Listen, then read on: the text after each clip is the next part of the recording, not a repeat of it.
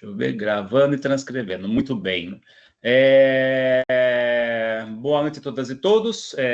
Quero dar início à quarta reunião semestral do nosso GDS. Eu sou o Rodrigo Barque, sempre lembrando que essa é uma reunião do Grupo de Estudos e Pesquisas em Democracia, Ecologias e Cotidianos Escolares do Programa de Pós-Graduação em Educação da Universidade de Sorocaba.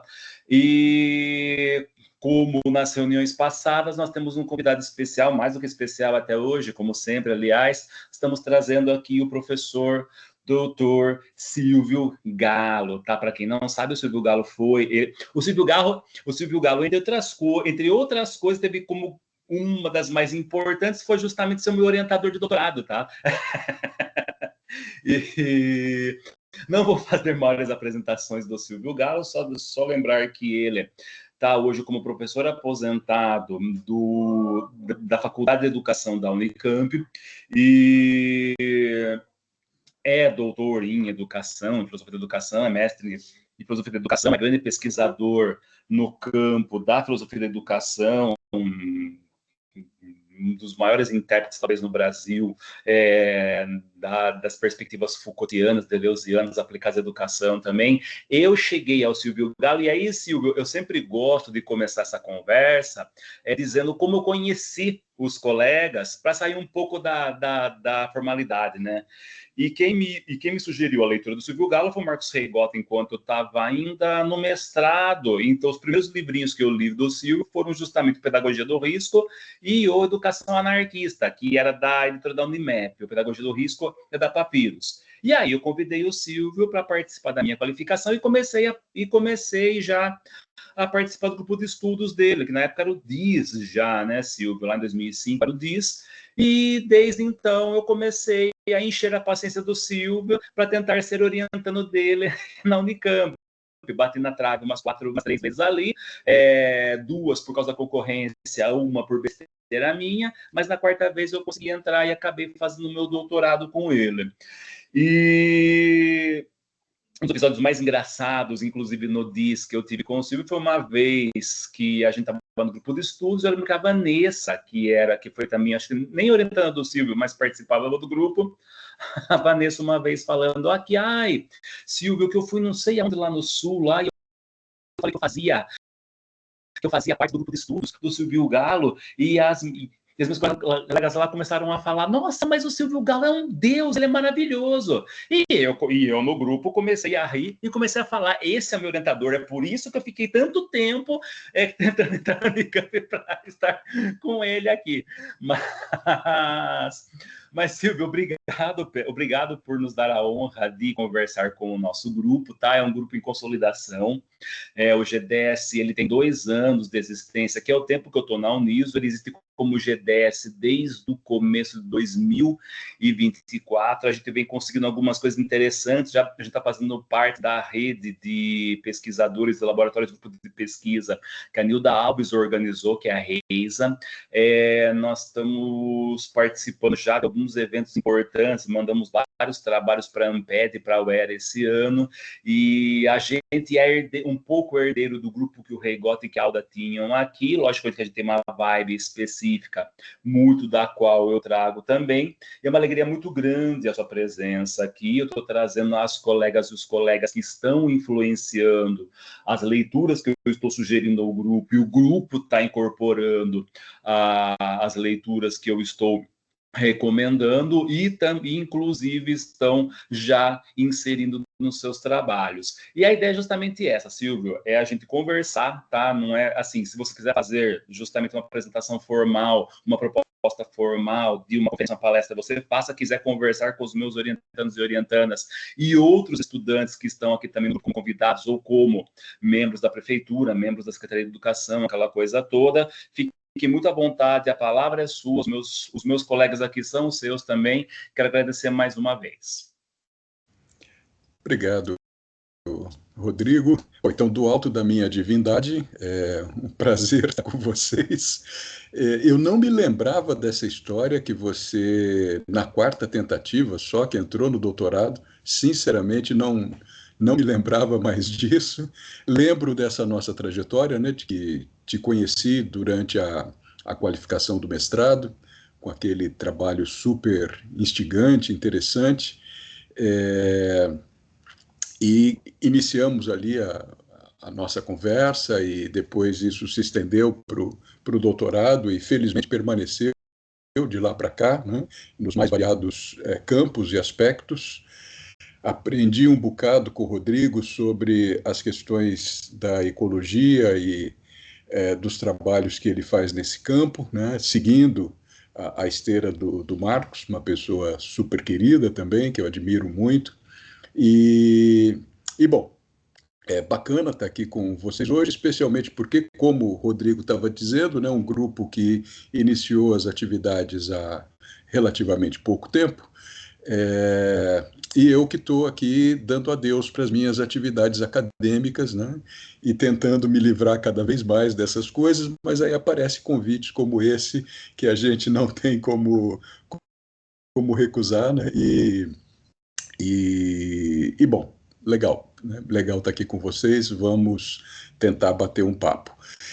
Eu preparei aqui uma apresentação rápida, como eu estava te dizendo, eu me confundi com as referências de horário e fiquei imaginando que eu teria pouco tempo para fazer essa apresentação inicial, então eu fiz uns poucos slides para delinear um pouco a coisa, mas justamente já pensando que os poucos que eu fiz ensejariam muito tempo de fala e que eu teria que me policiar muito para ser rápido, né? Mas já que não eu vou então falar com um pouco mais de tranquilidade. É, e, bom, e aí a gente parte para a conversa então, né? Mas não vou fazer nenhuma apresentação formal, nada disso, é um papo mesmo, né? E caso vocês tenham desejo durante a minha exposição de interromper, de fazer perguntas, podem fazer, não se preocupem, né? Porque não tem nada assim formalizado nesse aspecto. Deixa eu ver se eu consigo compartilhar aqui com vocês a, a minha O janela. microfone lá, Sim, Silvio. sim. É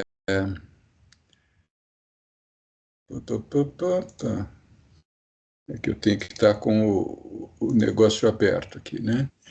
Janela, aqui, apresentação. Abriu, tá joia. Tá joia? Estão vendo? Joia, ô. Então, maravilha. Bom, eu pensei no que falar com vocês, né, quando o Rodrigo me convidou para essa conversa com o grupo de pesquisa. Então, a ideia é conversarmos sobre pesquisa, né? E eu disse ao Rodrigo que eu tenho uma pesquisa oficial, né, que é essa que eu vou apresentar para vocês, e tenho uma pesquisa oficiosa. E eu estava na dúvida se eu falava da oficial ou da oficiosa.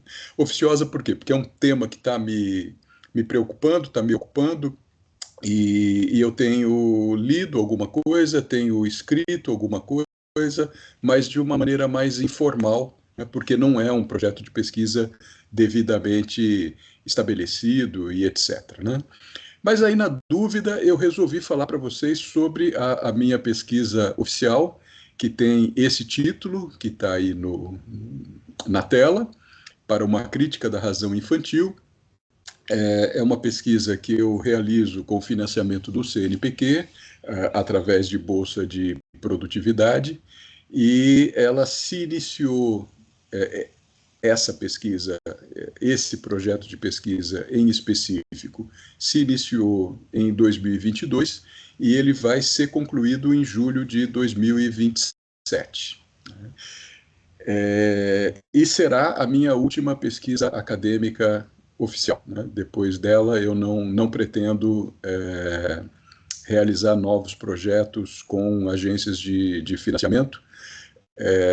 Pretendo, claro, continuar vivendo, pensando, escrevendo, mas sem as imposições da produtividade e das coleiras, né, que as instituições nos colocam, né? De toda forma, né, estando aqui no fim de uma trajetória acadêmica que foi longa, e muitos de vocês estão no início, né, estão aí fazendo mestrado, fazendo doutorado, então eu não quero desanimar vocês, né, mas, ao contrário, dizer que eu estou no fim de uma trajetória, mas que foi uma trajetória muito gostosa, muito interessante, na qual eu me diverti um bocado, trabalhei muito, mas me diverti um bocado, e eu acho que vocês têm aí essa vida pela frente, vale a pena investir nela, né? Mas no meu caso é aqui um momento de encerramento dessa trajetória, né? Então, em julho de 2027 eu finalizo esse projeto de pesquisa. Eu tenho como objetivo central, estava provocando o Rodrigo extraoficialmente aqui, antes da gente começar a gravação, né, sobre produção de livros, mas eu tenho como objetivo produzir um livro a partir dessa pesquisa, que deve ter esse título, Crítica da Razão Infantil. Tenho escrito alguns artigos, inclusive enviei um para vocês, que eu acho que é até um pouquinho anterior a essa pesquisa, mas que diz respeito um pouco do que eu estou trabalhando nesse projeto, né? E aí o que eu pretendo, então, é apresentar para vocês algumas ideias em torno desse projeto, como é que ele está sendo desenvolvido e caminhos que eu estou percorrendo e coisas nas quais eu quero chegar, né? Foi isso que eu organizei, e em seguida a gente conversa, ou se vocês tiverem alguma dúvida, quiserem fazer algum comentário durante a exposição, fiquem à vontade. Se não, depois que terminar a exposição, nós podemos conversar tranquilamente sobre esses assuntos e sobre outros que vocês, porventura, queiram colocar, né? Mas nesse projeto, eu tenho uma premissa, né? A premissa é de que nós, na história da filosofia, bom, faltou talvez dizer, né, que todo o meu trabalho é um trabalho que se faz no campo da filosofia e da filosofia da educação. Por isso que eu fiquei também emocionado ao ver ali atrás do Rodrigo 2 livros que são muito importantes para mim, né? Um livro do Maurício Trachtenberg, que foi um dos grandes mestres que a gente teve na Faculdade de Educação da Unicamp, e o livro que é a filosofia do Gilles Deleuze, do Félix Guattari, que são referências, né, para mim. Então, é um trabalho que, esse meu trabalho de pesquisa atual, né, dialoga com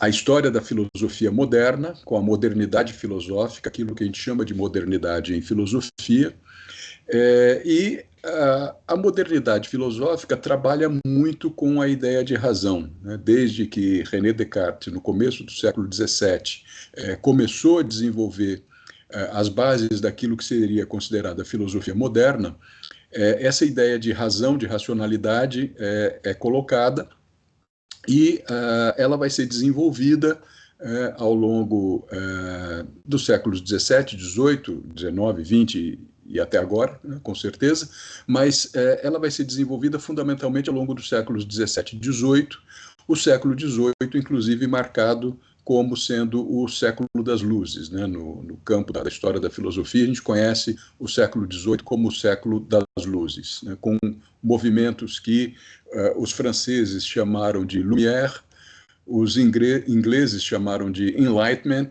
e os alemães chamaram de Aufklärung, né? E aí isso dando as diferentes traduções que a gente tem para esses termos no português, né? Da Lumière francesa, a gente tem o termo luzes em português, então o século das luzes. Do inglês Enlightenment, a gente tem a tradução para o iluminismo, a ideia de iluminismo, e do alemão Aufklärung, a ideia de esclarecimento. Então, esclarecimento, iluminismo, luzes, tudo isso marcando o pensamento do século XVIII, nessas três tradições filosóficas europeias importantes do momento, a inglesa, a francesa e a alemã, pensando essa questão da razão, a instituição de um padrão de racionalidade, né? Então, eu tomo isso como premissa, né, que houve esse processo de construção da racionalidade marcado pelo pensamento europeu no século XVIII, e para que essa noção de razão e de racionalidade fosse instituída formalmente no campo da filosofia e extrapolando o campo da filosofia, influenciando em muitos outros campos, fundamentalmente no campo da educação, evidentemente, para que fosse possível, então, construir essa razão, foi necessário fazer algumas exclusões dessa racionalidade. Então, para a gente poder dizer que existe uma razão, foi preciso fazer algumas exclusões do campo da racionalidade. E essa razão, construída no século XVIII, é fundamentalmente uma razão que é masculina, branca e adulta. Tá? Bom, a gente sabe disso. Estamos cansados de saber disso, né?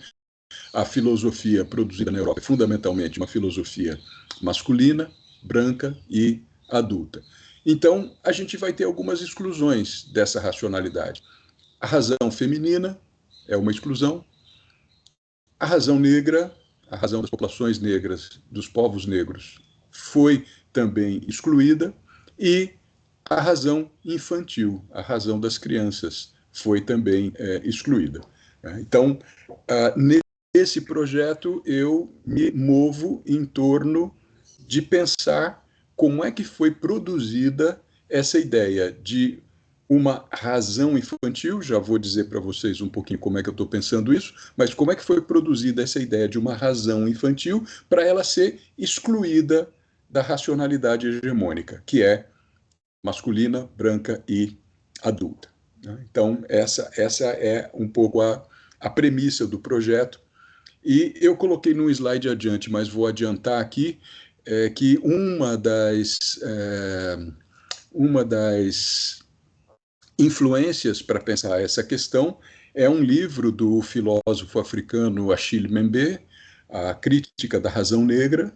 O Mbembe é um filósofo que tem produzido bastante nos últimos anos, tem sido bastante traduzido e publicado aqui no Brasil, mas esse livro dele, da década de 2010, A Crítica da Razão Negra, para mim é uma obra fundamental nesse sentido, porque o que o Mbembe procura fazer é justamente mostrar que para construir uma razão branca europeia foi excluída desse campo uma razão negra. E ele mostra como a filosofia branca europeia discriminou o pensamento africano em vários sentidos, dizendo que o pensamento africano não faz parte da razão iluminista ocidental. E é um pouco pensando nesse trabalho que fez o Achille Mbembe que eu resolvi, então, tentar fazer algo que não é parecido, porque são processos completamente diferentes, mas algo similar com a ideia de uma razão infantil. Então, se ao construir uma razão branca se excluiu uma razão negra, ao se construir uma razão adulta, também se excluiu uma razão infantil. E poderíamos emendar ainda, ao se construir uma razão masculina, se excluiu uma razão feminina. Eu vou me circunscrever aqui, então, no caso da razão infantil. E por que isso? Por que eu cheguei nessa conversa em torno de uma razão infantil? Cheguei nela porque já há alguns anos eu vinha lendo um filósofo francês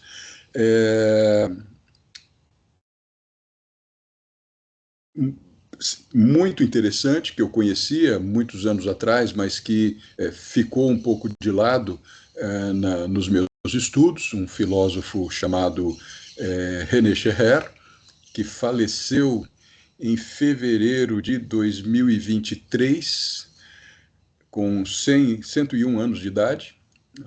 O René Scherrer foi um filósofo, professor da Universidade de Paris 8, colega de departamento de filosofia do Gilles Deleuze, também colega do Michel Foucault, colega do Jacques Derrida, de toda essa geração de filósofos franceses que a gente conhece bem aqui no Brasil, estuda bastante aqui no Brasil, especialmente nas últimas décadas, Deleuze, Foucault, Derrida. René Scherrer é dessa mesma geração, mas é muito pouco conhecido entre nós. As suas ideias não tiveram tanta penetração no Brasil quanto as ideias dos seus colegas. O René Scherrer é autor de um número bastante grande de obras, de livros, mas nós só temos um livro dele traduzido aqui no Brasil, que foi publicado aqui em 2009. Bom, eu conheci René Scherrer no começo dos anos 2000, me interessei pelas ideias dele, mas isso ficou um pouco de lado, e foi só no começo dos anos 2010 que eu retomei esse contato com ele. Ele havia dado 2 seminários lá na Universidade de Paris 8, da qual ele já era aposentado, mas que continuou trabalhando nos seminários de doutorado dessa instituição. Ele havia dado 2 seminários sobre anarquismo. E como eu venho estudando anarquismo há muito tempo, eu resolvi me aproximar da obra do René Scherrer pelos estudos dele sobre anarquismo. Mas aí, entrando em contato com ele, desenvolvi um projeto de pesquisa para estudar a obra dele entre 2013 e 2014, mais ou menos.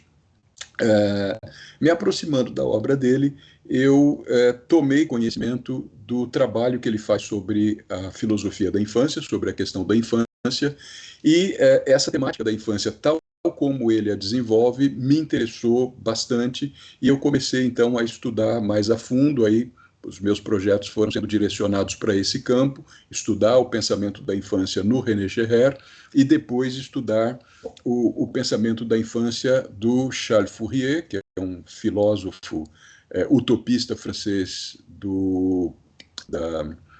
das primeiras décadas do século XIX, que é a principal referência do René Scherrer. René Scherrer estudou muito a fundo a obra do Charles Fourier, então, através do Scherrer, eu fui estudar também a obra do Charles Fourier, especialmente o seu pensamento sobre a infância.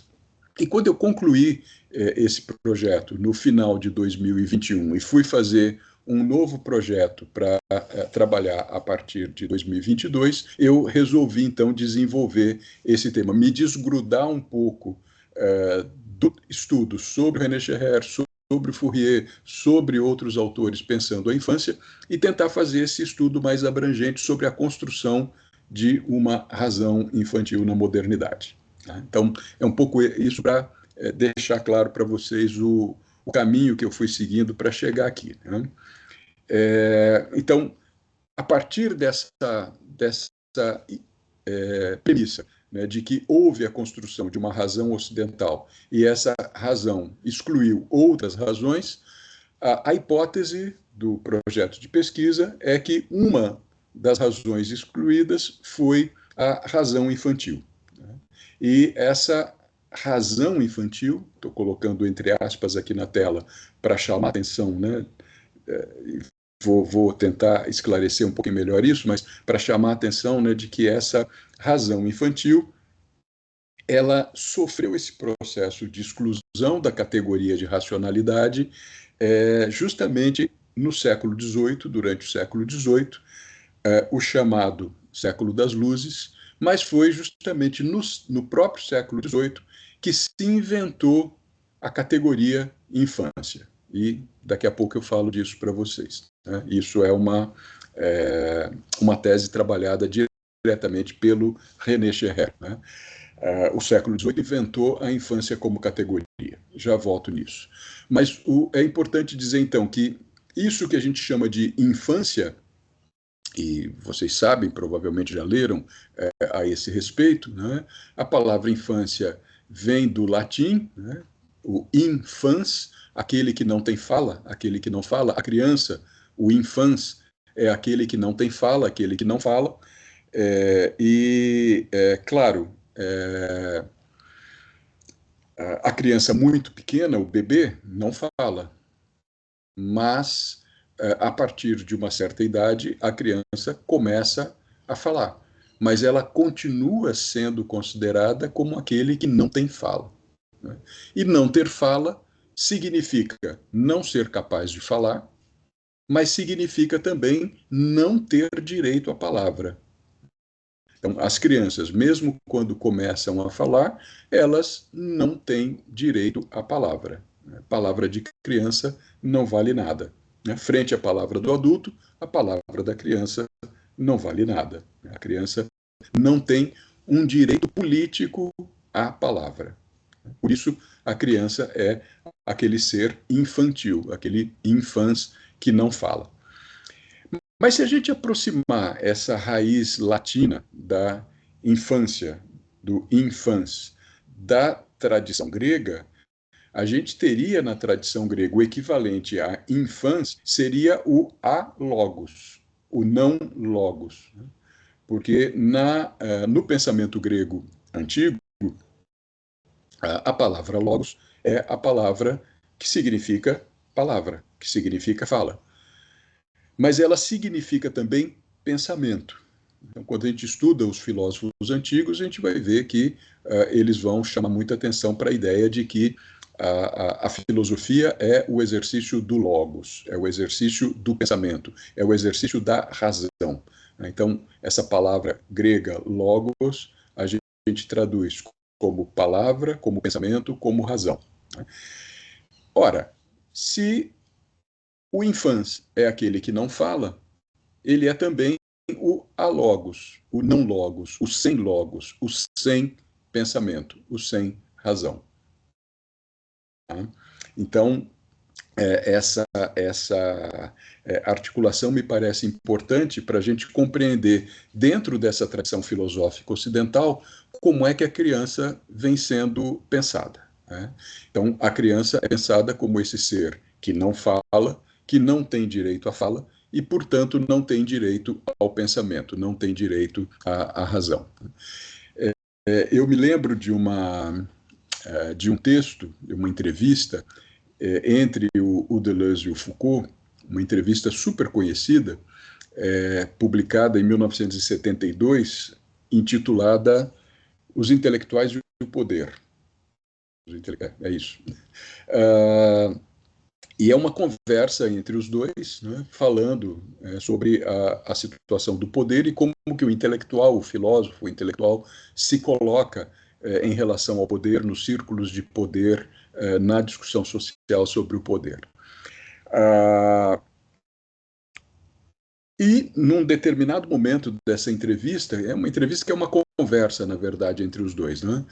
Num determinado momento dessa entrevista, o Deleuze comenta que se as palavras das crianças fossem ouvidas numa escola maternal, isso seria suficiente para implodir todo o sistema de ensino. Para vocês verem a potência que ele reconhece na criança. Agora, por que o sistema de ensino não implode? Porque nós simplesmente não ouvimos as crianças. E nós, professores, diretores, coordenadores, professores, todos nós que trabalhamos direta ou indiretamente com crianças, eu nunca trabalhei diretamente com crianças, nunca fui professor da educação infantil, acho que não teria a menor competência para sê-lo, mas, de algum modo, todo o trabalho que a gente faz no campo da educação está articulado com esse trabalho que se faz diretamente com as crianças nas escolas, né? E a gente cuida para que as crianças não falem. E para quando as crianças falam, que elas não sejam ouvidas. Por quê? Porque a gente sabe que se a gente atentar para o que as crianças dizem, a gente teria que começar do zero o nosso processo de educação. Então, essa fala do Deleuze me parece fundamental, importante, interessante para a gente pensar essas questões também, né? Mas deixa eu avançar aqui, porque senão vai dar 7h30 da noite e eu continuo falando aqui. Eu coloquei aqui na tela também o resumo do projeto, né, para vocês conhecerem, só para comentar muito rapidamente. Esse é o projeto tal como ele foi encaminhado para o CNPq ainda em 2021 e foi aprovado. Então, eu mantive aqui o mesmo resumo que foi colocado lá no projeto, né?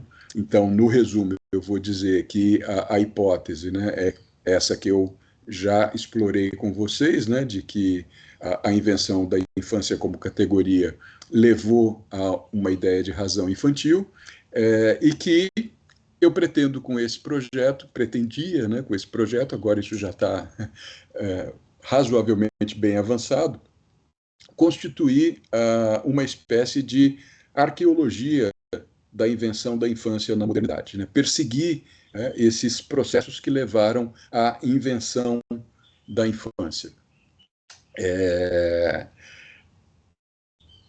Levando em conta que esse processo esteve evidentemente ligado à construção do capitalismo moderno,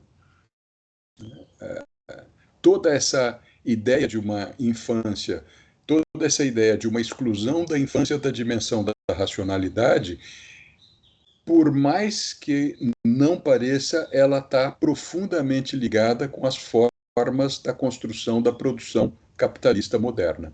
Porque nós excluímos as crianças da condição de racionalidade para incluí-las na racionalidade adulta como partes do mercado de trabalho capitalista. Então, esse processo tem a ver, de um lado, com a construção da sociedade capitalista, tal como nós a conhecemos, por todas as transformações pelas quais ela passou desde o século XVI até agora, até o século XXI, mas ela tem a ver também com a educação e a pedagogia.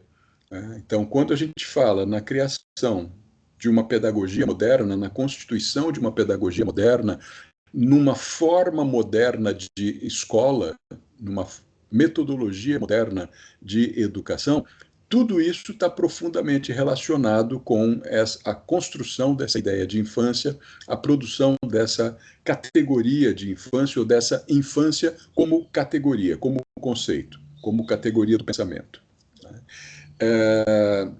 E, aí no resumo também, eu mais ou menos identifico que a metodologia do projeto é uma metodologia de natureza filosófica, então é um projeto de natureza estritamente teórica, não é um projeto que envolva pesquisa em escolas, pesquisas com crianças, com sujeitos infantis, mas sim um projeto de natureza teórica bibliográfica, buscando, então, livros, artigos, documentos para compreender esse processo da produção da categoria de infância na modernidade. Então, é um pouco essa a dimensão, mas levanto também esse elemento que é secundário, mas que é super importante, que é o para além dos textos filosóficos, teóricos, etc., para a gente compreender a construção da infância, eu também tenho olhado para produções artístico-culturais, para obras de artes plásticas, para literatura e para o cinema, né, mais recentemente, mas ao longo dos séculos que constituem isso que a gente chama de modernidade, há toda uma produção pictórica sobre a infância. Então, eu tenho acompanhado exposições de arte de representação da figura infantil. 2, 3 anos atrás, mais ou menos, 3 a 2 anos atrás, eu orientei também uma pesquisa de iniciação científica na Unicamp, de uma estudante de pedagogia que queria estudar a representação do negro na pintura brasileira. E aí a gente fez uma comparação entre a representação de crianças brancas na arte europeia e a representação de crianças negras na arte brasileira a partir do século XIX e ao longo do século XX. Né? Então, vendo também como é que essas representações nas telas nos falam sobre como a gente compreende a infância, sobre como a gente compreende as crianças. A literatura é um outro campo importante, nós temos muitas obras literárias, muitos romances, cujos personagens são crianças, e eu também orientei recentemente uma estudante de mestrado na Colômbia, em um programa de pós-graduação da Universidade Tecnológica de Pereira, na Colômbia, que tem um mestrado em infância. E eu havia feito uma palestra lá para eles, falando justamente sobre o René Scherrer e a filosofia da infância, e uma estudante me pediu para orientar o trabalho dela, que foi um trabalho realizado sobre infâncias subversivas. E ela fez um trabalho lá no interior da Colômbia com essas infâncias que ela considerou como infâncias subversivas, crianças que reagiam à instituição da infância tal como nós conhecemos, mas uma das coisas que eu sugeri para ela foi passar pelo texto do Jorge Amado, o livro do Jorge Amado, Capitães da Areia, que nos dão justamente essa ideia, né, de uma infância, de um grupo de crianças que vive nas ruas, em Salvador, e que produz a vida de uma maneira completamente diferente do tipo de vida que nós produzimos para as nossas crianças devidamente instituídas, burguesas e etc. Né? Então, isso aqui só para comentar com vocês, eu não vou falar disso hoje, eu vou ficar na filosofia, mas no projeto a gente também transita pelas artes plásticas, pela literatura e pelo cinema. Né? Tenho também trabalhado com alguns filmes que colocam as crianças como personagens centrais e como é que se representa a infância no cinema. Bom, isso posto, são 3 as referências fundamentais do projeto, e eu já falei de 2, né? Já disse que o Achille Mbembe, com a Crítica da Razão Negra, é uma referência fundamental. Ele não é um estudo direto do Achille Mbembe que eu faço no projeto, mas ele é um inspirador do tipo de estudo que eu estou fazendo no projeto. Depois, o René Scherrer, com a ideia de que a infância é uma invenção, é a segunda referência fundamental no projeto. E a terceira referência é Michel Foucault, que vai trabalhar, ou que trabalhou num determinado momento, ou que jogou uma pista num determinado momento, depois eu vou falar um pouquinho disso, num determinado momento jogou uma pista sobre o que ele chama de governo das crianças. E eu vou retomar isso daqui a pouco. Mas então seriam esses 3 os referentes fundamentais, né, do projeto: o Mbembe com a Crítica da Razão Negra, o Scherrer com a infância como invenção e o Foucault com o governo das crianças. E aí eu vou comentar um pouquinho o Scherrer e o Foucault. Né? Foi isso que eu escolhi aqui para conversar com vocês hoje. Antes de falar do Scherrer, é importante falar de um historiador francês, que, caso algum de vocês estude a temática da infância, certamente conhece essa obra, ou se vocês estudaram pedagogia, é provável que vocês tenham tido acesso a essa obra, do Philippe Arrier, A História Social da Criança e da Família. Pelo menos essa é a tradução que a gente tem aqui no Brasil, né? O título original francês é A História da Criança e da Família no Antigo Regime, né? Ele vai estudar aquilo que na França eles consideram um antigo regime, isto é, antes da Revolução Francesa, antes de 1789. O Philippe Arrier, nessa obra, que é uma das obras fundadoras dos estudos sobre a infância, de modo geral, ele trabalha com a ideia de que houve uma descoberta da infância.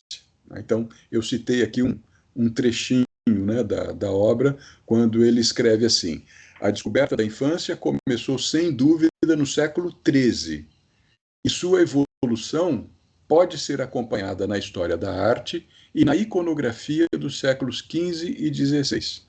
Mas os sinais do seu desenvolvimento tornaram-se particularmente numerosos e significativos a partir do fim do século XVI e durante o século XVII. Então, só estou trazendo esse trechinho para chamar a atenção de vocês, né? O trabalho do Philippe Arrier é muito interessante, porque ele trabalha com aquilo que os franceses chamam de microhistória ou história das mentalidades, trabalhando com temas que são temas considerados menores dentro da historiografia oficial. E aí ele vai, então, estudar essa descoberta, isso que ele chama de descoberta da infância, pela iconografia, pelas artes plásticas, pintura e escultura, fundamentalmente, mas também pela vestimenta das crianças, pelas roupas das crianças. Como é que, ao longo dos séculos, se transformou a roupa das crianças. E qual que é a hipótese do Philippe Arrier?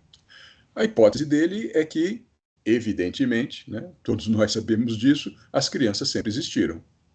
Né? As crianças sempre estiveram aí. Mas nós, adultos, de forma geral, não considerávamos as crianças como seres específicos. As crianças eram consideradas adultos pequenos. Né? Não existia uma especificidade do ser infantil. Essa especificidade do ser infantil é que, segundo o Arrier, foi descoberta historicamente, e essa descoberta começa no século XIII, muito timidamente, e vai se desenvolvendo ao longo dos séculos seguintes e se consolida no século XVII. Tá? E ele vai tentar demonstrar isso a partir da pintura, por exemplo. Acho que uma das partes mais interessantes do livro do Philippe Arrier é o trabalho que ele faz em torno da pintura e da escultura, como é que as crianças são representadas. Né? E é muito curioso quando a gente visita os museus e a gente vê as obras que representaram crianças nos séculos... dificilmente a gente vê crianças representadas em pinturas do século XII, por exemplo. É a partir do século XIII que começa a aparecer alguma figura de criança. E séculos XIII, XIV, XV, a arte é essencialmente uma arte religiosa, uma arte cristã.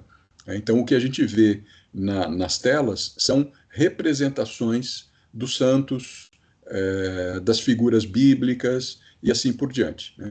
E começam a aparecer figuras de crianças. Por exemplo, a figura do menino Jesus. A figura infantil que mais vai ser representada na arte nesse período é a figura do menino Jesus. Mas é muito curioso porque a gente vê que as crianças são representadas como adultos pequenos. Você olha para a cara da criança, é um bebê e ele tem cara de velho. É muito curioso ver isso nas obras. Né? As proporções do corpo não são proporções de um corpo infantil, são proporções de um corpo adulto. E assim por diante. Né? E o Philippe Arrier vai mostrando isso, e ele vai mostrando como é que isso vai se transformando ao longo dos séculos, de tal maneira que lá no século XVII se consolida uma representação da infância como infância na arte. Mas o que eu queria chamar a atenção de vocês, estou aqui começando a tomar cuidado com o horário, o que eu queria chamar a atenção de vocês é que o Philippe Arrier coloca essa hipótese de que houve uma descoberta da infância. Né? Se houve uma descoberta da infância, isso significa que a infância sempre esteve aí, mas nós não atentávamos para ela. E num determinado momento nós descobrimos que existia a infância. E aí nós começamos a olhar para a infância. Então, essa é, grosso modo, e de forma muito resumida, a hipótese trabalhada pelo Philippe Arrier. Me permitam dar um exemplo comparativo absolutamente estúpido, mas eu acho que ajuda a compreender. Né? Quando a gente fala que o Brasil foi descoberto em 1500, bom, o Brasil estava aí. E isso que a gente chama de Brasil, essa terra, esse território, estava aí. Mas os europeus não conheciam. Então, aquilo que os europeus chamam de descoberta do Brasil é a descoberta de um território que estava aí e que era ocupado há milhares de anos e que era conhecido por outros povos há muito tempo. A gente sabe que os chineses, por exemplo, visitavam os territórios americanos há muitos séculos. Né? Mas os europeus descobriram o Brasil, descobriram a América no começo do século XVI, final do século XV, começo do século XVI. Então, o território estava aí e foi descoberto. A infância estava aí, sempre esteve aí, mas foi descoberta num determinado período, e não é, por acaso que ela vai se consolidar como infância ao longo dos séculos, final do século XVI e começo do século XVII, durante o século XVII, que é justamente o período de consolidação do capitalismo na Europa. Né? E a gente sabe que a criança vai ser depois um dos objetos de ação do capital, né, e do capitalismo. Bom, então essa hipótese do Philippe Arrier. A hipótese do René Scherrer é um pouco distinta, e eu coloquei aí o único livro do Scherrer que está traduzido em português, a obra Infantis, e destaquei ali um trechinho de um dos textos dessa obra, quando o Scherrer escreve o seguinte: convém não esquecer que o século XVIII, ele diz antes, né, o século XVIII, o século das luzes, o século XVIII foi também o século que inventou a criança. A sociedade em que adultos e crianças se encontram misturados no trabalho e nas diversões, nas festas e nas cerimônias, cede lugar àquela sociedade, a nossa, né, em que a infância, cuidadosamente segregada, torna-se um objeto específico de atenção no plano social. Daí em diante, suas tarefas e brincadeiras terão o único objetivo de contribuir para a própria formação. Por que eu estou trazendo isso para vocês?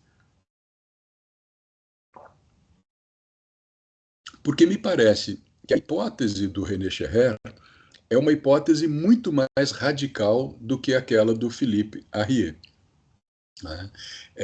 Evidentemente, René Scherrer conhecia o Philippe Arrier, conheceu a obra do Arrier, discutiu com o Arrier conheceu também a obra do René Scherrer, mas a hipótese do René Scherrer é, ao mesmo tempo, mais sutil e mais radical que a do Arrier, porque o Arrier diz o seguinte: a infância sempre esteve aí, as crianças sempre estiveram aí, mas nós as descobrimos num determinado momento. E a nossa relação, a relação de nós, adultos, com as crianças, foi se transformando a partir dessa descoberta das crianças. O Scherrer está nos dizendo o seguinte: a criança e a infância foram inventadas no século XVIII. Isso significa, se a gente levar a sério a tese do René Scherrer, é que antes do século XVIII não havia infância e não havia criança. Aí vocês podem estranhar, né? Dizer, como assim não havia criança? Né? Os adultos já nasciam adultos. É claro que não é disso que ele está falando. Né? Mas a gente não compreendia a criança como um ser singular, como um ser diferente do adulto. Claro, né, a criança era o adulto pequeno e que ia se desenvolver para se tornar o adulto grande, digamos assim. O René Scherrer está nos dizendo, a partir do século XVIII, a gente inventa que a criança é diferente do adulto. Até então, por isso que ele diz, né, a sociedade em que as crianças se misturavam com os adultos deixou de existir. Por quê? Porque até o século XVIII, as crianças, sendo consideradas como adultos pequenos, as crianças estavam misturadas com os adultos. Não existia lugares específicos para as crianças. É a partir do século XVIII, quando a criança como categoria, como conceito, né? A infância como categoria, como conceito, é inventada, é que a gente produz essa segregação da criança, essa separação da criança do grupo adulto. E com essa separação da criança, as tarefas e brincadeiras da criança passam a estar voltadas para a formação da criança. Em outras palavras, a gente passa a pedagogizar tudo que a criança faz. Por isso que essa descoberta desculpe, apaguem aí, Rodrigo, na edição do vídeo, corta esse pedaço. É por isso que com a invenção da infância, não a descoberta, com a invenção da infância no século XVIII, nasce também o que a gente vai chamar de pedagogia moderna. A pedagogia moderna é do século XVIII. E o grande inventor da pedagogia moderna foi o filósofo Jean-Jacques Rousseau, que escreveu um livro intitulado Emílio, ou da Educação. Livro esse que era tão revolucionário na época que foi queimado em praça pública em várias cidades. Por exemplo, na cidade de Genebra, que é a cidade de origem do Rousseau, de nascimento do Rousseau, e na cidade de Paris, que é a cidade na qual o Rousseau morava, e em várias outras cidades europeias. O livro do Rousseau foi queimado. Por quê? Porque o Rousseau trabalhava justamente com essa ideia de que a criança não é um adulto pequeno, a criança não é um adulto em miniatura. A criança tem as suas próprias especificidades. E o Rousseau vai falar justamente em 5 idades da criança, 5 fases de desenvolvimento da criança. E que a educação deveria acompanhar essas fases de desenvolvimento da criança para que a criança pudesse se tornar adulta. Esse é o trabalho que o Rousseau vai fazer. E esse livro do Rousseau, Emílio, é a grande consolidação da pedagogia moderna. É o grande inaugurador da pedagogia moderna. Tudo que se faz depois se faz a partir desse livro do Rousseau. Ou a favor ou contra o Rousseau, mas a partir do livro do Rousseau. Então é disso que o René Scherrer está falando. Essa invenção da infância, essa invenção da infância como categoria, vai permitir a eclosão da pedagogia moderna, da construção moderna da educação. Então, essa é a perspectiva central do projeto que eu estou desenvolvendo para compreender como é que isso aconteceu. A ideia, então, é compreender como é que isso se deu. Porque, evidentemente, o Rousseau não apareceu do nada, cheio de divindade como eu, como comentou o Rodrigo no início, cheio de divindade e disse, crie-se a criança, faça-se a criança, e fez-se a criança. Não é nada disso. O Rousseau era resultado da história que ele vivia. E ele vai, então, acompanhando todo um processo, e o seu pensamento é resultado de todo um processo de transformação do pensamento ocidental que culmina com essa obra do Rousseau sobre a infância e a educação da infância.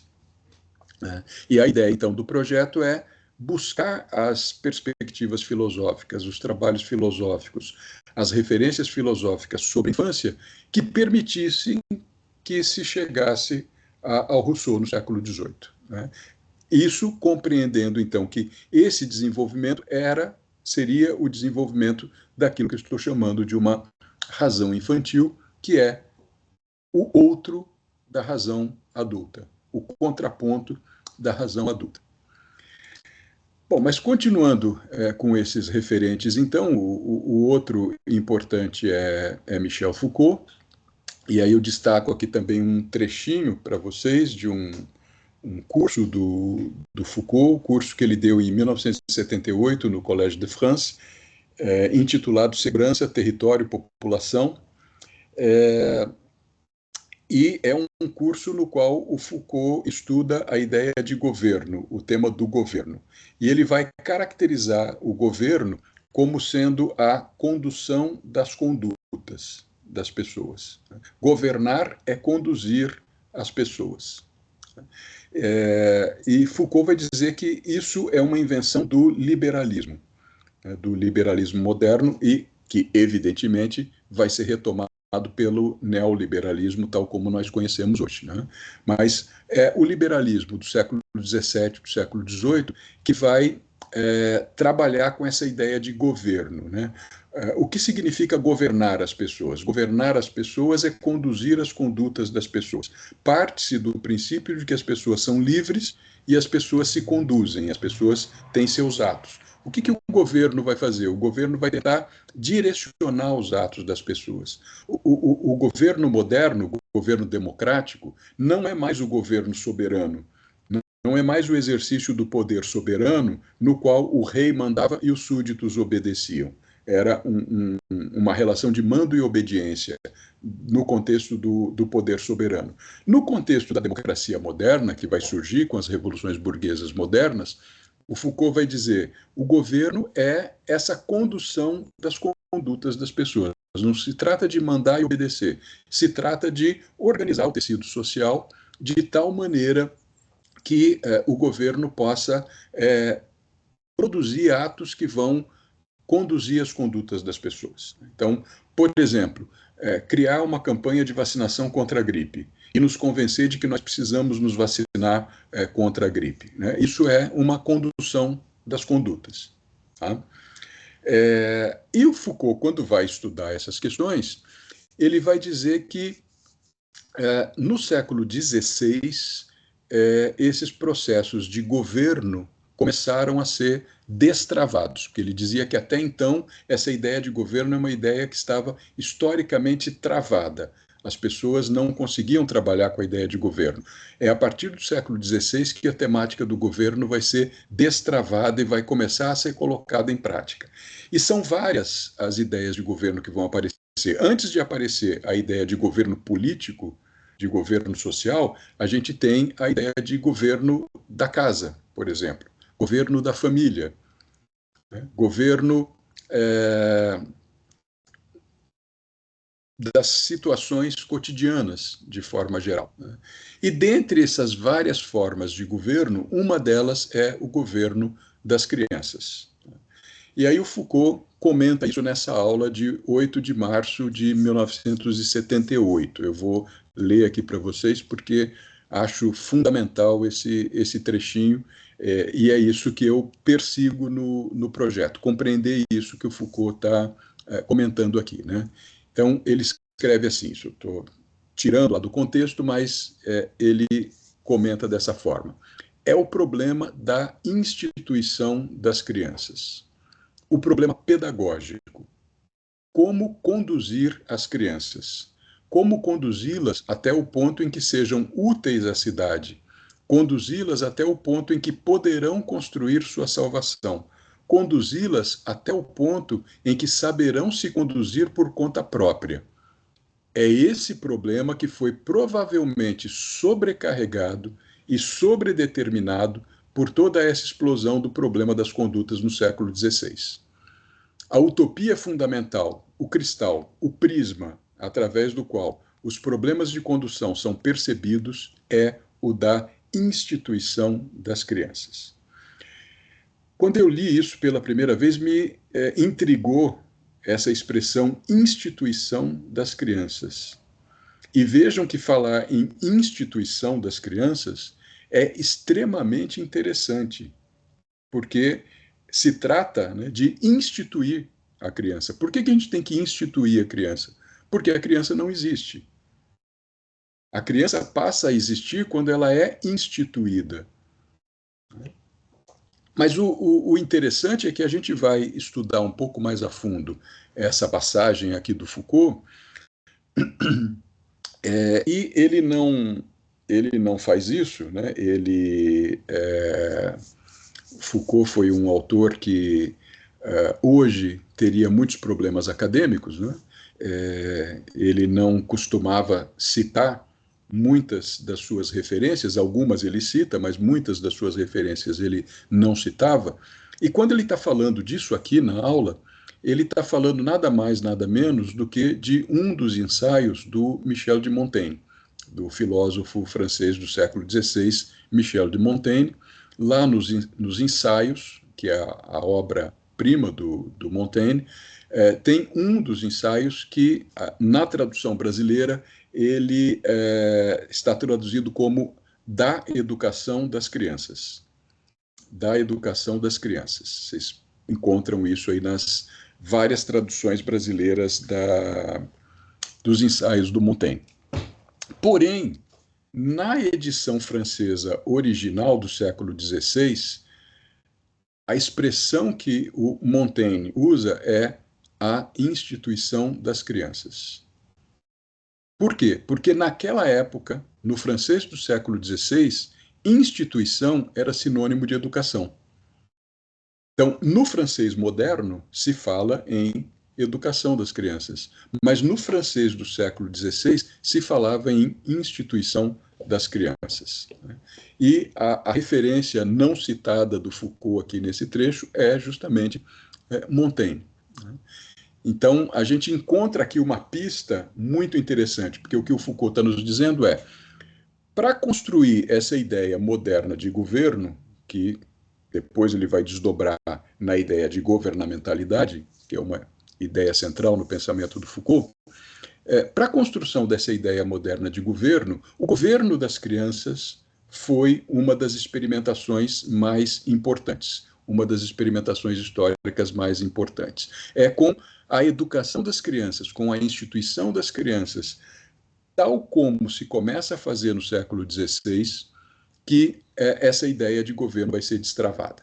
Bom, a partir dessa dica, digamos assim, do Foucault, né, porque ele comenta isso no meio de uma aula que ele está estudando a teoria do governo, né, e ele joga isso e vai embora e não volta a falar dessa questão. Né, isso é um comentário marginal, digamos assim, nessa aula do Foucault.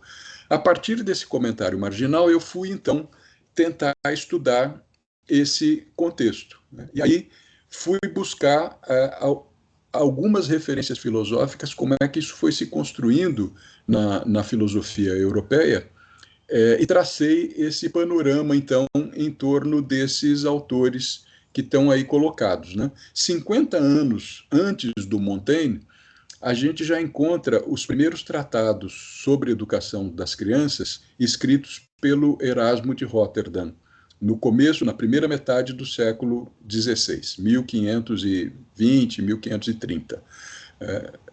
A gente vai encontrar 2 tratados do Erasmo tratando da educação das crianças, da instituição das crianças, como os adultos deveriam cuidar das crianças. Na segunda metade do século XVI, por volta de 1670, 1680, a gente encontra esse texto do Montaigne, né? A educação das crianças, a instituição das crianças. Já numa situação diferente daquela do Erasmo, de 50 anos atrás, o Montaigne já com dicas e reflexões que dão um passo além daquele trabalhado pelo Erasmo. No começo do século XVII, primeiras décadas do século XVII, a gente encontra um texto do Comênios, aquele mesmo que escreveu a Didática Magna, a arte universal de ensinar tudo a todos, que todo mundo que estuda pedagogia passa necessariamente pelo livro do Comênios. Tem um livrinho, um texto pequeno do Comênios, intitulado A Escola da Infância, onde ele planeja como deveria ser a educação das crianças cristãs. O Erasmo, embora fosse um padre católico, ele trabalha com essa questão, mas não sob um viés religioso. O Montaigne também não trabalha sob uma perspectiva religiosa, embora também fosse, como bom francês da época, católico. Mas o Comênios, sim, vai trabalhar um texto da educação da criança cristã. Ainda no século XVII, avançando um pouquinho no século XVII, a gente vai encontrar o filósofo Thomas Hobbes, que é muito conhecido pelo seu livro Leviatã, a primeira teoria do Estado, que foi feita lá no século XVII.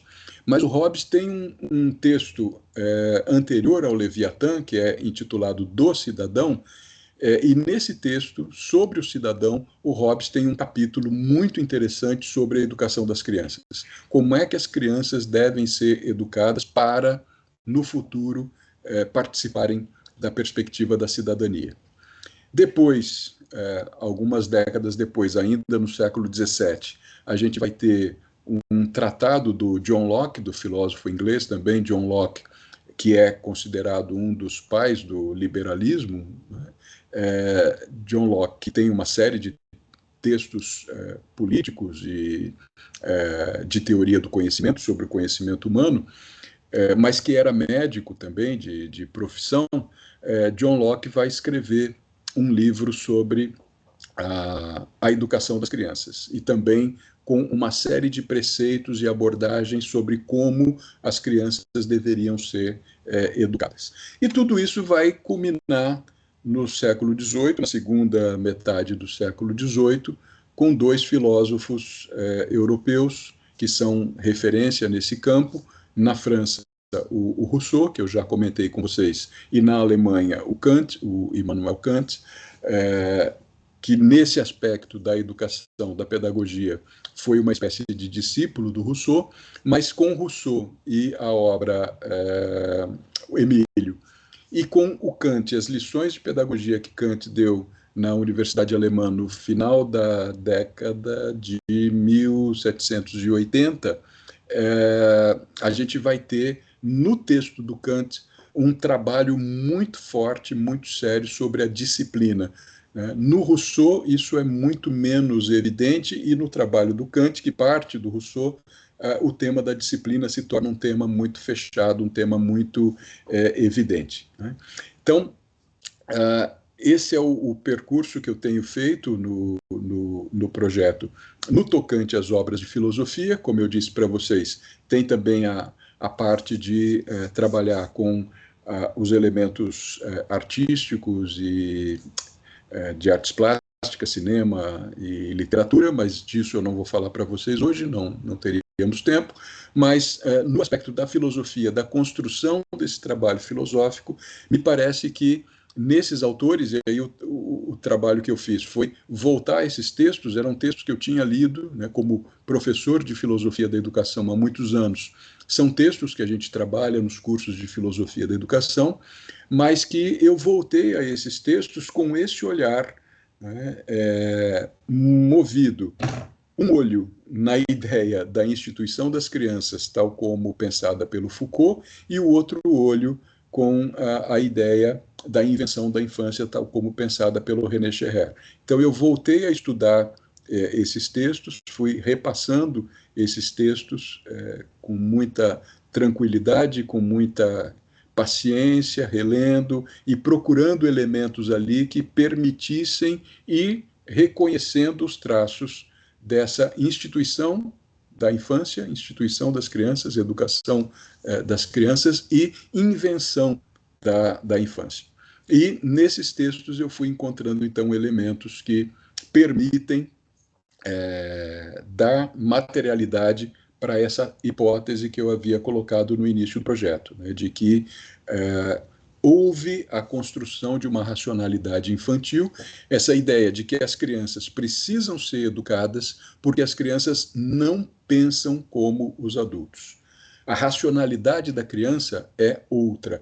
Vejam bem, nós não estamos dizendo que as crianças são seres irracionais, assim como nós dizemos dos outros animais não humanos. Nós dizemos que os animais não humanos são irracionais. Não sei até quando, né? Acho que a gente tem avançado um pouco nisso também, e não sei até quando vai se sustentar essa ideia de que os animais não humanos são irracionais.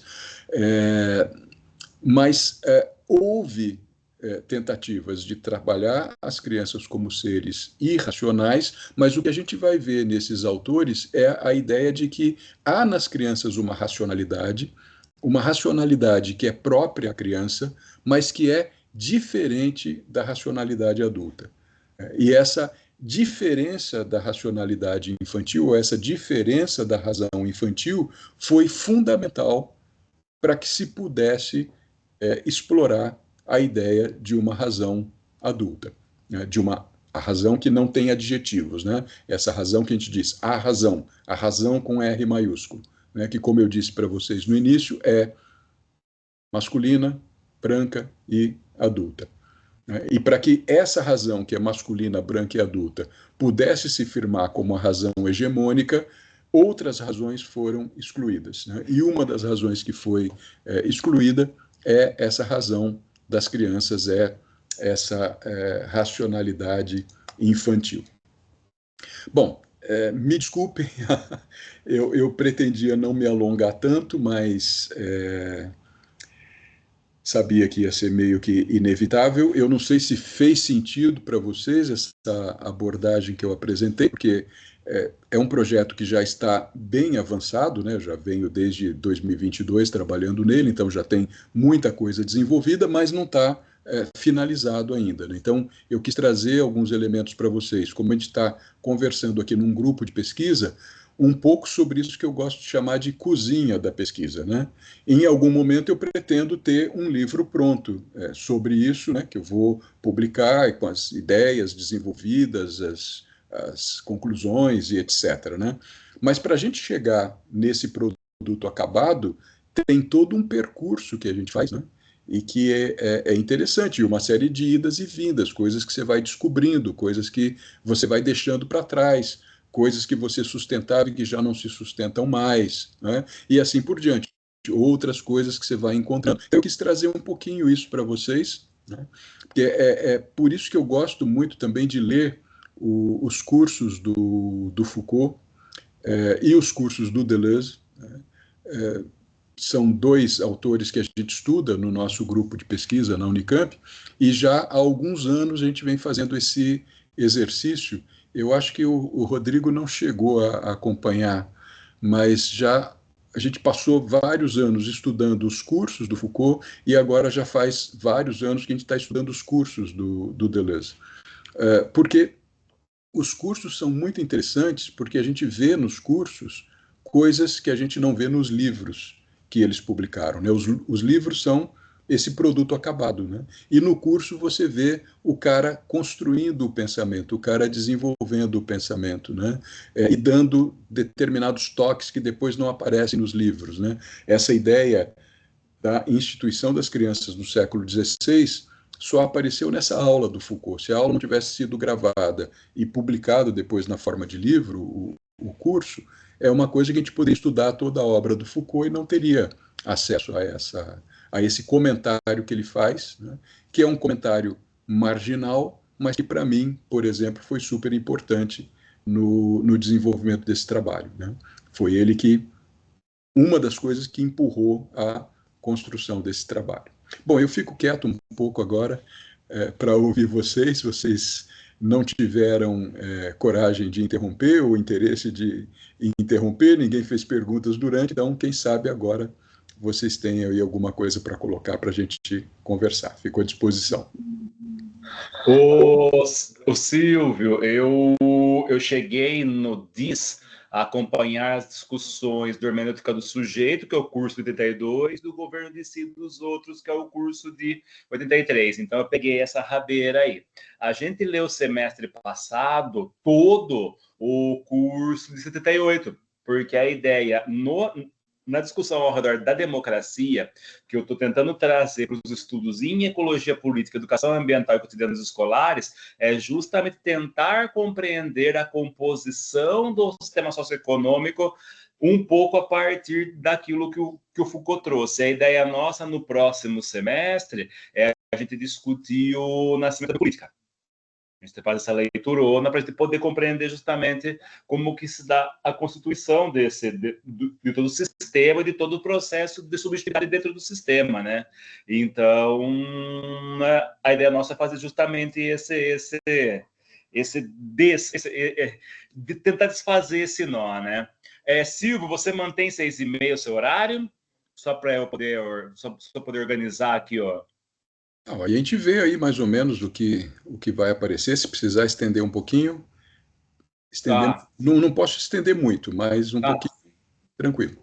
Tudo bem. Gente, então é o seguinte, levantem as mãos. Eu vou pedir, então, para que o pessoal seja sucinto, tá? No que diz respeito às questões, comentários, coisas assim. E conforme vocês forem erguendo as mãos aí, eu vou selecionando, eu vou organizando a farra aqui. Michele, à vontade. Depois o Uratã.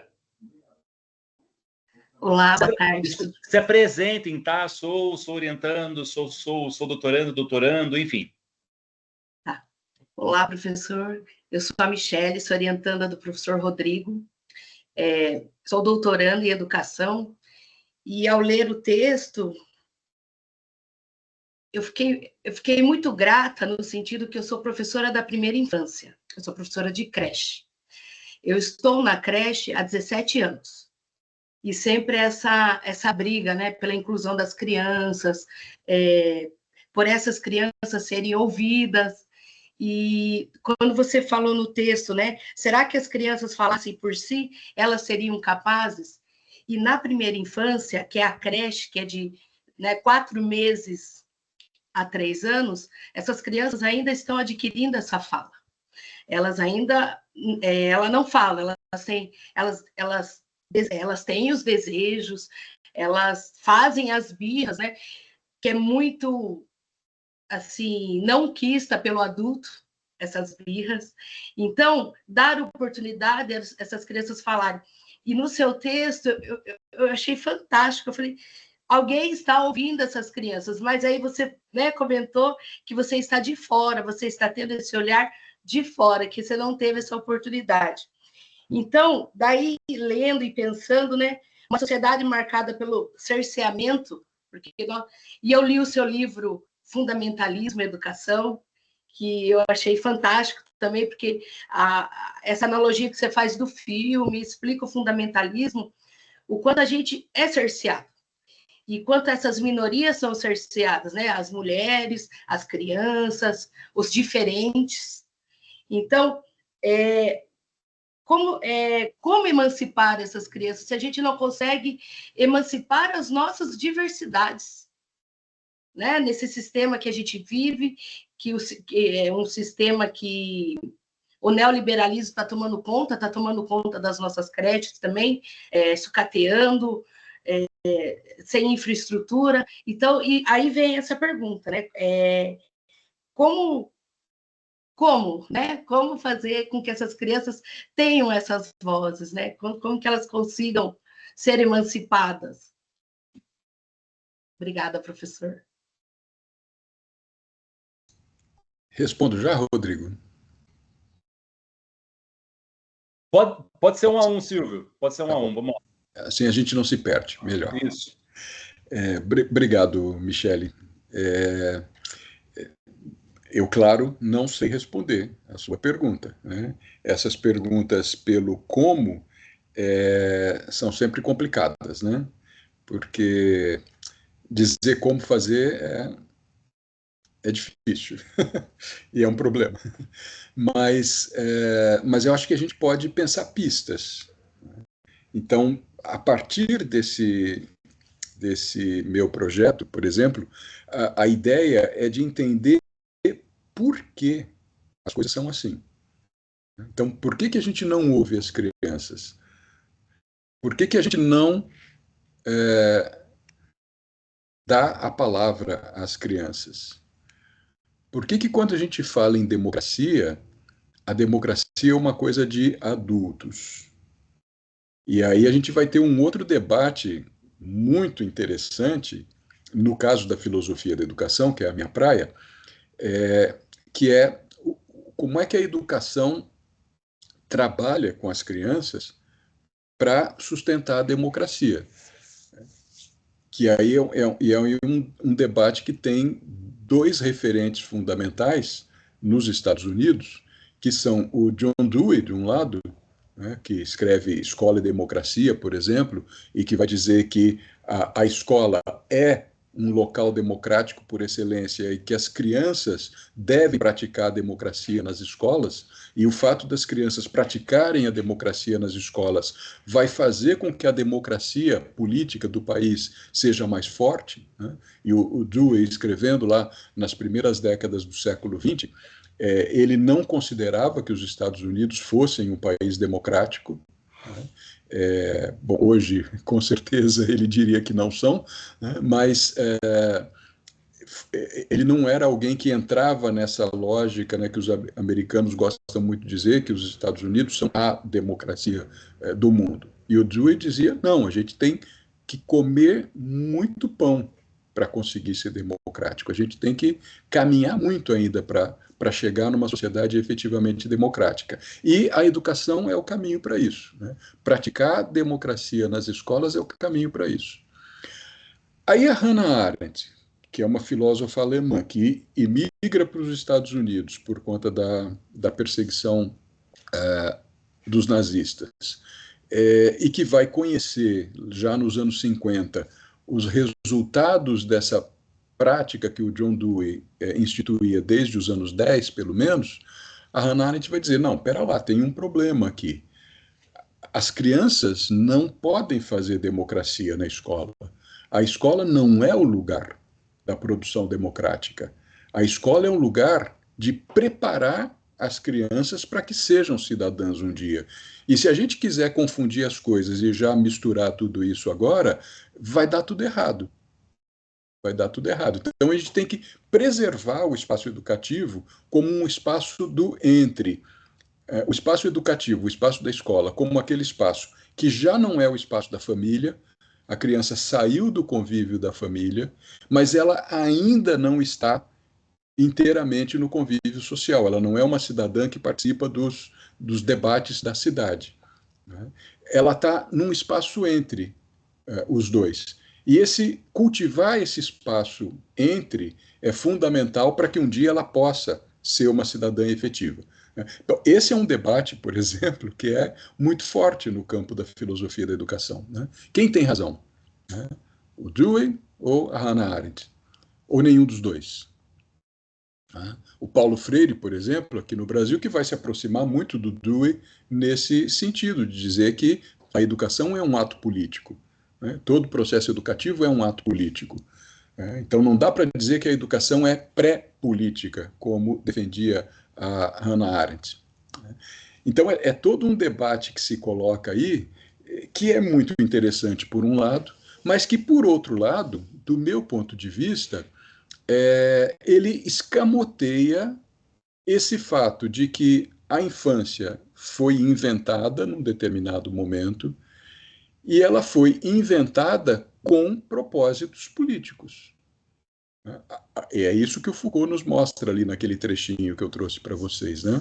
A invenção da infância tem a ver com a invenção de um modo de governar as crianças para que as crianças sejam úteis à sociedade. Né? Vocês não vão se lembrar agora, mas tinha ali no trecho do Foucault que eu projetei essa ideia, né? Conduzir as crianças até o ponto em que elas possam conduzir-se a si mesmas, até o ponto em que elas possam ser úteis para a cidade. Né? Então, se considera que, enquanto criança, elas não são ainda úteis para a cidade. Mas é preciso conduzi-las para que elas venham a ser úteis para a cidade. E aí tem um outro ponto interessante sobre isso, que aqui no Brasil, e aí você vai saber disso muito melhor do que eu, aqui no Brasil, as crianças são tratadas como sujeitos de direitos pela política pública educativa. Né? Eu, quando descobri isso, através de uns projetos de pesquisa que eu fazia aqui em cidades do interior de São Paulo, e fui trabalhar com assessoria para equipes gestoras de escolas de educação infantil e creches, etc. E aí eles me diziam, não, mas a criança é cidadã, a criança tem direitos. De onde é que vocês tiraram isso? Né? E eles me está na política, professor, está na política educativa. Aí eu fui ler as políticas de educação para a infância no Brasil, né? Que eu não conhecia, e que de fato dizem que as crianças são seres de direitos. Mas são seres de direitos em que sentido? São seres de direitos para serem protegidos pelos adultos. Não são seres de direito pleno. Não são seres racionais. Não são partícipes da democracia. São seres que têm o direito de serem protegidos pelos adultos para que um dia elas sejam anexadas à comunidade adulta. E é isso que eu acho que precisa ser problematizado, Michele. Eu acho que, de algum modo, na política educacional brasileira, isso foi um avanço, tá? Em relação às situações que a gente tinha anteriormente, isso foi um avanço, não podemos dizer que não foi, mas, ao mesmo tempo, foi um avanço que cerceou ainda mais a participação das crianças. Então, acho que a primeira coisa que a gente precisa fazer é problematizar essas questões, e trazer esses elementos, né? E começar a conversar sobre isso, e trazer essas coisas para a conversa, né? Eu acho que aí, coletivamente, discutindo isso, buscando essas origens de como se constituiu a noção de infância moderna, para a gente entender o que nós fazemos com as crianças, o que nós fazemos com a infância, a gente vai abrindo caminhos, a gente vai cavando possibilidades para ir rompendo com determinadas questões nesse sentido e, quem sabe, começar a ouvir as vozes das crianças, porque as crianças falam. A gente não ouve. As crianças, depois de uma certa idade, claro, né, falam. Antes, elas falam de outros modos, né? Como você estava falando da birra, e elas estão se manifestando, né? Não através de palavras, mas elas estão se manifestando. Só que a gente avalia como essa manifestação. A gente avalia da forma como nós, adultos, queremos avaliar, né? E a gente não olha para aquilo que a criança está fazendo para entender a circunstância do que ela está fazendo e como ela está fazendo e para que ela está fazendo aquilo, né? A gente olha para enquadrá-la, né? Ano passado eu fiz uma apresentação num evento sobre infância e eu me baseei numa música do John Lennon, que eu gosto muito, que é a música God, na qual ele diz que Deus é um conceito através do qual nós medimos nossa dor. Eu sempre achei esse verso do John Lennon muito forte, né? Nós falamos de Deus porque nós vivemos as nossas dores, e aí Deus é o conceito através do qual nós medimos a nossa dor. E aí eu fiz uma brincadeira de dizer que a infância é o conceito através do qual nós medimos as nossas crianças. Por que nós inventamos a infância? A gente inventou a infância para ter uma régua que nos permita medir as crianças e enquadrar as crianças nesse contexto, nesse conceito, nessa categoria. E é isso que a gente precisa entender. A gente entendendo isso e a gente problematizando isso, a gente começa a abrir caminhos para inventar os comos que você me perguntava e que eu não sei dizer. Eu acho que quem vai conseguir dizer desses comos são vocês, que estão lá trabalhando com as crianças, né? Desde que essas problematizações sejam feitas, né? Então, quem sabe daqui a um tempo a gente consiga conversar melhor sobre isso. Obrigado. Tem mais? Mais uma, Silvio. Mais uma dá, né? Né? Boa tarde, professor Silvio. Boa tarde a todos. Quero agradecer primeiro a presença, a oportunidade de participar dessa aula, dessa explicação e também de apresentar algumas dúvidas. Na verdade, a Michele já adiantou uma parte, porque eu também fico pensando em como a gente pode ter uma participação maior, uma inclusão maior das crianças, dos adolescentes e até dos profissionais que trabalham com a educação na direção da educação, que é uma coisa que a gente luta sempre, mas os resultados são muitas vezes pífios. A educação toma rumos que a gente nem sempre avaliza. E aí eu queria retornar um pouquinho ao texto, a leitura de que, e a compreensão de que o conceito de infância, o biopoder, a governamentalidade, é o trava-línguas para mim, se constituem enquanto objeto de compreensão, de estudo, etc., a partir do século XVIII, com o liberalismo. E caminham até hoje, agora sob a égide do neoliberalismo. Quando a gente olha para a configuração do sistema educacional no Brasil, quando a gente vê os direitos da Constituição, do Estatuto da Criança, do ECA, e quando a gente vai para a BNCC, como está no texto que o senhor nos indicou, a gente vê o desenho de uma democracia neoliberal. Eu digo que é uma democracia formal, jurídica, mas pouco real no sentido de uma participação efetiva do trabalhador, de um poder efetivo do trabalhador. Esse poder fica muito mais nas mãos de grandes grupos do que daquele que vende a força de trabalho, que está ali na área da educação, enfim.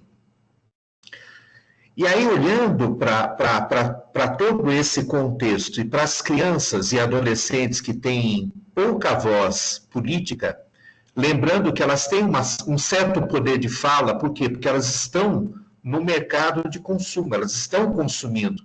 Então, é interessante que o neoliberalismo dá um poder de manifestação no consumo, mas não na decisão da própria vida. Porque é interessante que assim seja. E isso me remete à seguinte questão: é possível ampliar essa fala para o aspecto político sem que a gente tenha uma real transformação nesse modo de produção? Para mim, me parece um pouco impossível pensar a manutenção do capital, do capitalismo neoliberal, com uma liberdade ou com uma inclusão maior ou plena de todos os trabalhadores, as crianças, aqueles que são excluídos historicamente no Brasil, né? Uma sociedade tremendamente injusta. É isso, a minha pergunta é um pouco essa, né? Não como, mas será que dá para pensar em inclusão nesse sistema? Obrigado.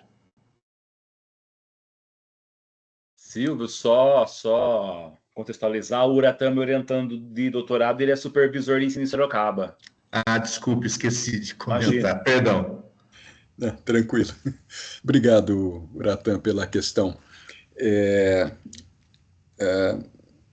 Bom, você pergunta se é possível. Aí, diferente do que eu respondi para a Michele, dizendo que eu não tinha como responder o como, para você eu vou dizer que eu só posso dizer que sim, é possível. Porque se eu considerar que não é possível, eu não estaria aqui falando com vocês hoje. Eu acho que o que a gente faz no nosso trabalho, de forma geral, é afirmar que é possível transformar.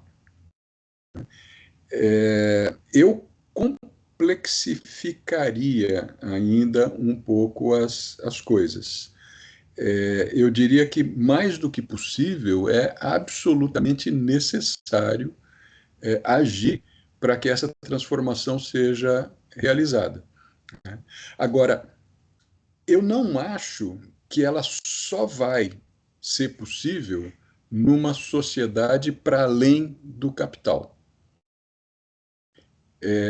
E aí eu te diria assim, com muita tranquilidade, eu não sei se é possível uma sociedade para além do capital.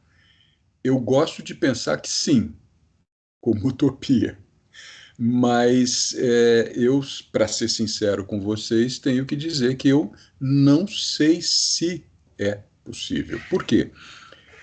Por uma série de razões históricas, mas especialmente pela leitura que o Deleuze e o Guattari, por exemplo, fazem do capitalismo, nos dois livros que eles escreveram sobre isso, O Anti-Édipo e Mil Platôs, que tem por subtítulo Capitalismo e Esquizofrenia, e que eles trabalham com a ideia de que o capitalismo tem uma elasticidade que nenhum outro modo de produção anterior apresentou. O que significa que o capitalismo tem uma capacidade de transformação que é assombrosa. Falar em capitalismo hoje não é o mesmo que falar em capitalismo no século XVI. O capitalismo mercantil do século XVI é completamente diferente do capitalismo hoje, que já é diferente do capitalismo industrial do século XIX, do começo do século XX, que é diferente do capitalismo financeiro do século XX. E, na leitura do Deleuze e do Guattari, por que essas diferenças se processam? Porque aí eles dialogam com Marx, né?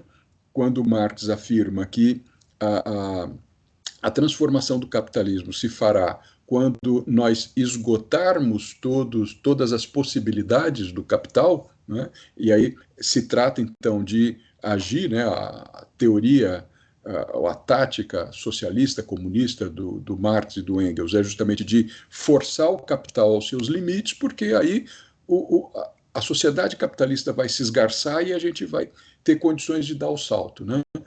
O que o Deleuze e o Guattari tentam mostrar é que esse esgarçamento do capital é muito difícil, porque o capital é metamorfo, ele vai se amoldando, ele vai se transformando. Então, você começa a se aproximar de um esgarçamento e ele se transforma em outra coisa. Aí aquilo se desenvolve, você começa a se aproximar de um esgarçamento e ele vira outra coisa. E assim vai, né? E com isso, o que a gente pode dizer? Qual que é o limite do capitalismo? Quais são os limites do capitalismo? A gente, hoje, eu seria obrigado a dizer que eu não sei, né? Por isso que eu estou dizendo, talvez a gente não consiga vislumbrar uma mudança absoluta e efetiva do capital. O que não significa que a gente não possa lutar contra o capital. E, ao lutar contra o capital, produzir transformações no próprio capitalismo. Porque muitas das transformações que foram produzidas no capitalismo foram produzidas por conta das lutas de trabalhadores, das mais variadas camadas sociais, né? Então, isso sim, eu acho que é possível e necessário, né? E eu acho que a gente vai provocar transformações, né? Se essas transformações significarão um avanço para uma sociedade que não seja capitalista, uma sociedade pós-capitalista, uma sociedade comunista, socialista, anarquista, seja lá o que for, a gente não sabe se vai dar conta de fazer. Mas eu acho que tem que lutar, porque essas lutas, no mínimo, produzirão efeitos de transformação no capital e, quem sabe, nos possibilitando situações mais interessantes. Às vezes não, né? Às vezes a gente até cai em situações que são ainda mais complicadas do que aquelas que a gente vive, né? Mas eu acho que melhor do que se acomodar à situação que a gente tem é a gente lutar para transformar essa situação e tentar produzir uma situação melhor, mesmo que talvez, né, o que venha pela frente não seja melhor, né? É o risco que se corre, é o risco que a gente tem que correr. Nesse sentido, eu queria indicar um texto para vocês que eu fico assim pensando se falo, se não falo, porque é um texto que está em francês, infelizmente não está traduzido em português. Eu já tive muita vontade de traduzir, mas faltou o tempo. Que é um texto de um colega francês, o Jean-François Dupeyron. Depois eu passo para o Rodrigo, passo o texto todo. Jean-François Dupeyron, que escreveu para um dossiê que eu organizei junto, acho que foi junto com Alexandre Filordi, meu querido colega e parceiro. A gente organizou um dossiê para a revista Educação e Filosofia, da Universidade Federal de Uberlândia, com usos contemporâneos do pensamento de Foucault, e o Jean-François escreveu um texto para a gente que tem como título Para Acabar com a Criança do Capital. E ele faz uma análise de como o capitalismo hoje coloniza a infância, né? Como coloniza a criança. Então, e essa ideia do neoliberalismo, do empreendedor de si mesmo, a criança que já é a empreendedora de si mesma, e etc., ou é tratada assim pelo neoliberalismo, né?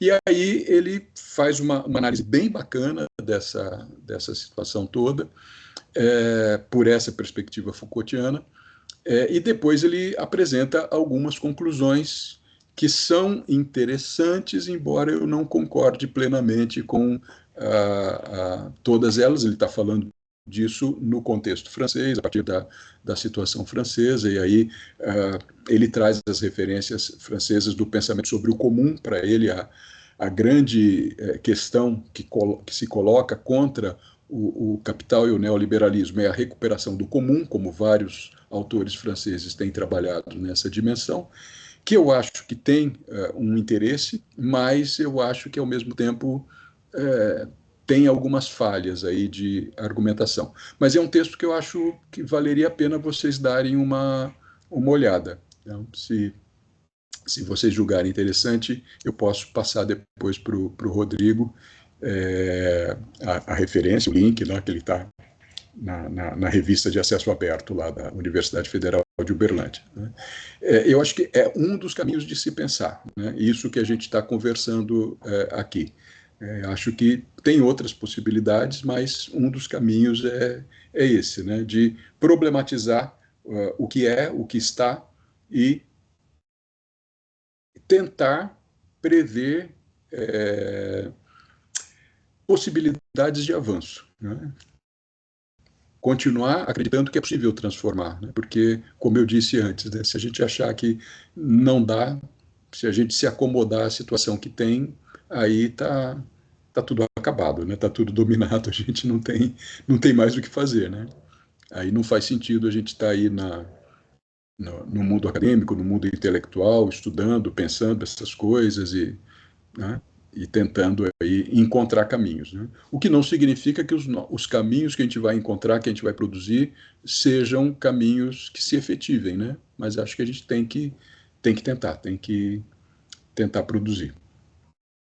Não sei se isso responde à sua pergunta, ou pelo menos dialoga um pouco com ela, né? Porque acho que são questões que a gente se coloca para a gente o tempo todo, né? Silvio, provavelmente o Davi, ele já baixou o texto e vai distribuir para a turma, tá? Silvio, eu vou liberar você, tá? Por causa do horário também, tudo. As perguntas que ficaram, eu recebi uma... Tá parecendo programa de entrevista, né? De talk show. Qualquer coisa, eu encaminho as questões, ou eu peço para vocês encaminharem as questões, se você puder conversar com eles depois, ao redor das questões também, tá? Fique à vontade. Gente, eu vou liberar o Silvio. Silvio, eu agradeço mais uma vez, tá? Porque ele pediu até 6h30, já são 15:07, então já ultrapassamos um pouco. Silvio, obrigado, tá? Eu tô louco para fazer, assim, para trazer um monte de questões especialmente relativas ao que a gente está estudando, o que eu estou estudando. Eu fiz a loucura de mergulhar na perspectiva de discutir democracia, como a Comuna em Marx e no Tony Negri, e um monte de gente aí, mandei já... inclusive submissão aí, deixa para uma outra hora a gente conversar sobre isso. E quero agradecer você pela gentileza, quero agradecer você mais uma vez por todo, não só pela gentileza de estar conosco, mas pelo seu pensamento potencializar justamente o que nós estamos fazendo aqui, que não é só estudar, que não é só ter... não é só fazer com que os estudantes tenham um diploma de mestrado e doutorado, mas justamente a gente potencializar esse pensamento e, se possível, transformar esse pensamento em prática. Eu, mais uma vez, não tenho como agradecer por tudo e quero deixar as últimas palavras a você. Isso, Rodrigo. Eu que agradeço a vocês a oportunidade, a possibilidade de estar aqui com vocês hoje, bater esse papo e... espero que a gente continue aí na área, na linha, e vamos em frente, né? Desejo a vocês aí uma boa continuidade de reunião e espero que esse tempinho aqui de conversa não tenha sido tempo perdido, né? Que vocês possam aproveitar aí de alguma maneira nas conversas e nos trabalhos de vocês. Um abraço para todo mundo. Será, viu? Obrigado, Silvio. Abração. Valeu.